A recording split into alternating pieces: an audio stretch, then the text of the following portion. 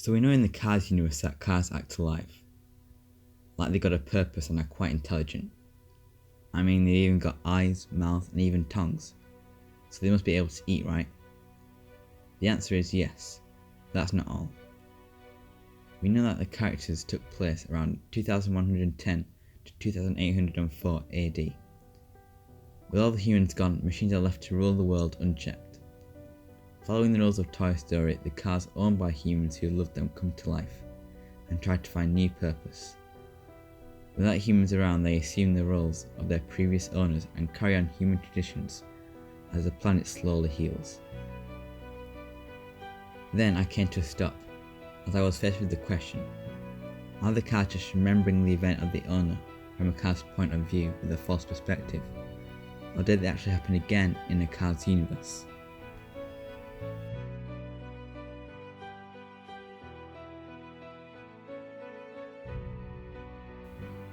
To make this clearer, I use an example of Sarge, who believes he's a World War II veteran. The question is, was he actually a World War II veteran, or is this just another memory from his owner? To explain this, we can look deeper into the universe, especially planes. Like the character who is supposed to be a World War II veteran skipper. But what's so interesting about this character is he has flashbacks that shows he has real memories from the actual event, but just as a repeat in the Cars universe, showing the cars/planes do actually experience it. And yes, we can use this information from planes as it's technically in canon, and it's in the Pixar universe and appears in the Pixar theory, along in the Cars universe. Wasted my whole day. I wouldn't say that. It did feel great to be out here doing real racing. Therefore, there are wars in the Cars universe. In fact, in his confession to Dusty, he mentioned that he only flew one mission, in the Pacific, where he and a squadron of trainees were killed during an attack on the Japanese Navy. But then I was left wondering, at what point does a plane die? Can a plane be rebuilt from its salvaged parts and retain its sentience and memories? Wow, you're amazing. What are you doing? Doc, wait! Another example is with the character of Doc Hudson.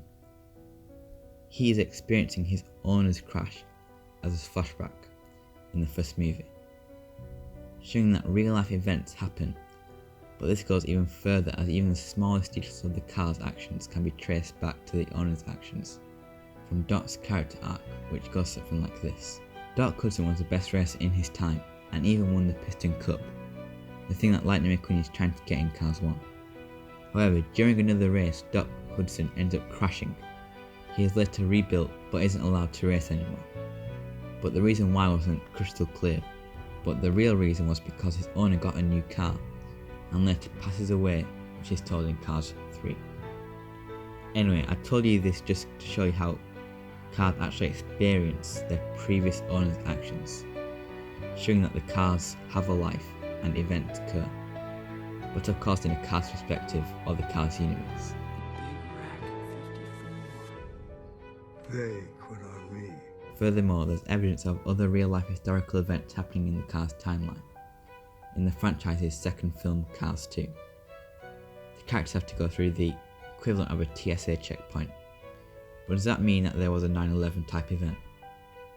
Cars 2 also includes an automobile pope, which leads some viewers to believe that there has to be some sort of Cars biblical origin story, a car Jesus basically. However, I don't think it's as simple as that.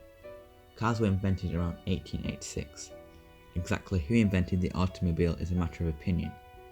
If we had to give credit to one inventor, it would probably be Carl Benz from Germany. Many suggest that he created the first true automobile in 1885 or 1886, which looked something like this. Then I looked at Stanley, and I can't help but see a resemblance. And then I remembered how he was the founder of Radiator Springs, the first car.